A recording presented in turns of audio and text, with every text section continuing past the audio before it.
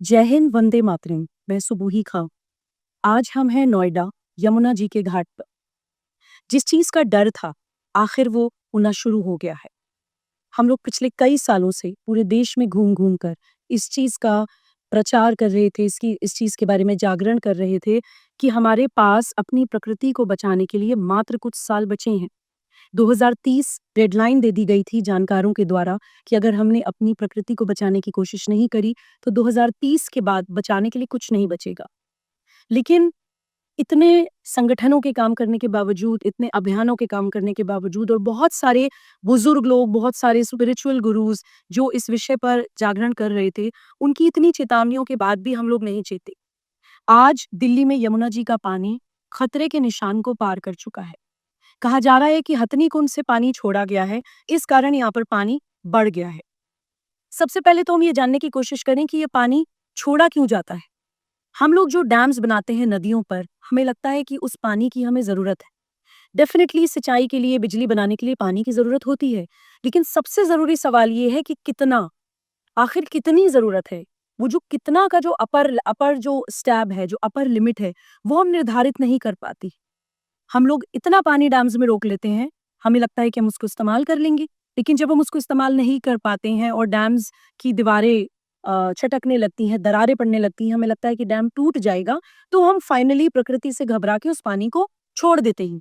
और वो जो पानी छोड़ा जाता है, वो नदी में आगे जाके मिलता है। एक स्टेट पानी छोड़ती है, दूसरी स्टेट में तबाही हो जाती है। यही हाल आज दिल्ली का हो रहा है। क्योंकि हथनी कुंड से पानी छोड़ा गया है, तो यहाँ पर यमुना जी का स्तर खतरे से ऊपर हो गया है। अपने गुरुजी आदरणीय श्री के.एन. गोविंदाचार्य जी के मार्गदर्शन में जब मुझे भारत की नदियों की दर्शन यात्राएं करने का सौभाग्य प्राप्त हुआ, तब मैंने जाना कि नदियों का भारत के लिए क्या महत्व है। नदियों का भारत के सांस्कृतिक और ऐतिहासिक पृष्ठभूमि में क्या योगदान रहा है।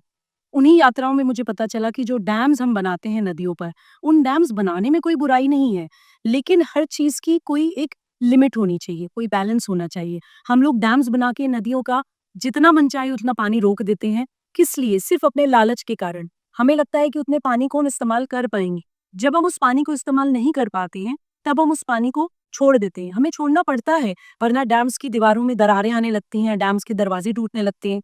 तो उस प्रकृति का पानी को फ्लो को जब आप रोक नहीं पाते हैं, तब आप उसको छोड़ देते हैं और जब आप छोड़ते हैं, एक स्टेट पानी छोड़ती है तो वो दूसरी स्टेट में जाके तबाही मचाता है और यही इस वक़्त आज दिल्ली एनसीआर में हुआ है। हथनी कुंड से पानी छोड़ा गया है और दिल्ली एनसीआर में यमुना जी का स्तर खतरे से ऊपर पहुँच गया है। मेरे गुरुजी कहते हैं कि किसी भी नदी के स्वास्थ्य के लिए ये ज़रूरी है कि हम अपनी आवश्यकताओं के लिए 40% पानी रोक सकते हैं डैम्स में, लेकिन कम से कम 60% पानी हमें उस नदी में छोड़ देना है। जब हम वो 60% पानी उस नदी में छोड़ते हैं, तो एक तो वो अपने आप को स्वयं साफ कर लेती है। पहला फ़ायदा मनुष्य का ही ये होता है कि वो नदी में प्रकृति में नेचुरली इतनी ताकत होती है कि वो अपने आप को खुद साफ कर लेती है। जो गंदगी हम करते हैं, जो इंडस्ट्रियल केमिकल वेस्ट हम डालते हैं, जो नालों का पानी हम नदियों में डालते हैं, अगर उस नदी के पानी में इतना बहाव होगा, तो वो उस गंदगी को भी साफ करने की क्षमता रखती है। लेकिन हम लोग ज़्यादा पानी रोक लेते हैं, सिर्फ़ अपनी ग्रीड के कारण, सिर्फ़ अपने लालच के कारण। उससे 2 नुकसान होते हैं। पहला नुकसान होता है कि नदी में कम पानी बचता है, फिर उस कम पानी में प्रदूषण होता है, नदी उस पानी को साफ नहीं कर पाती है और दूसरा नुकसान होता है कि जब आप डैम्स में पानी नहीं रोक पाते हैं, तो आपको छोड़ना पड़ता है और गाँव की गाँव, शहर के शहर वो पानी बहा कर ले जाता है। आज हमें उस अपर लिमिट पर सोचना पड़ेगा कि हमें अगर प्रकृति से कुछ चाहिए, तो कितना? आखिर हमारी लिमिट क्या है? आज मैं जहाँ खड़ी हूँ, ये एक बहुत ही पॉश एरिया है। बहुत बड़े-बड़े अधिकारियों के, बहुत बड़े-बड़े इंडस्ट्रियलिस्ट्स के यहाँ पर फार्म हाउसेज़ हैं। यहाँ पे पूरी लेबर लगी हुई है, करोड़ों-करोड़ों के यहाँ फार्म हाउसेज़ हैं, बट लोग अपना सामान पैक करके यहाँ से जा रहे हैं, क्योंकि प्रकृति से कोई नहीं लड़ सकता है, प्रकृति से कोई नहीं जीत सकता है। हम लोग ये गलतफ़हमी करते हैं कि हम अपने आप को लार्जर दैन लाइफ़ समझ लेते हैं। आज जो हमारे सामने हो रहा है, वो पूरा देश देख रहा है और अभी भी मैं आपको चेताने के लिए आई हूँ कि अभी तो सिर्फ़ एक शहर में यमुना जी ने अपना प्रकोप दिखाया है। एक स्टेट में, दिल्ली में यमुना जी ने अपना प्रकोप दिखाया है। अभी तो हिमालय की बारी है।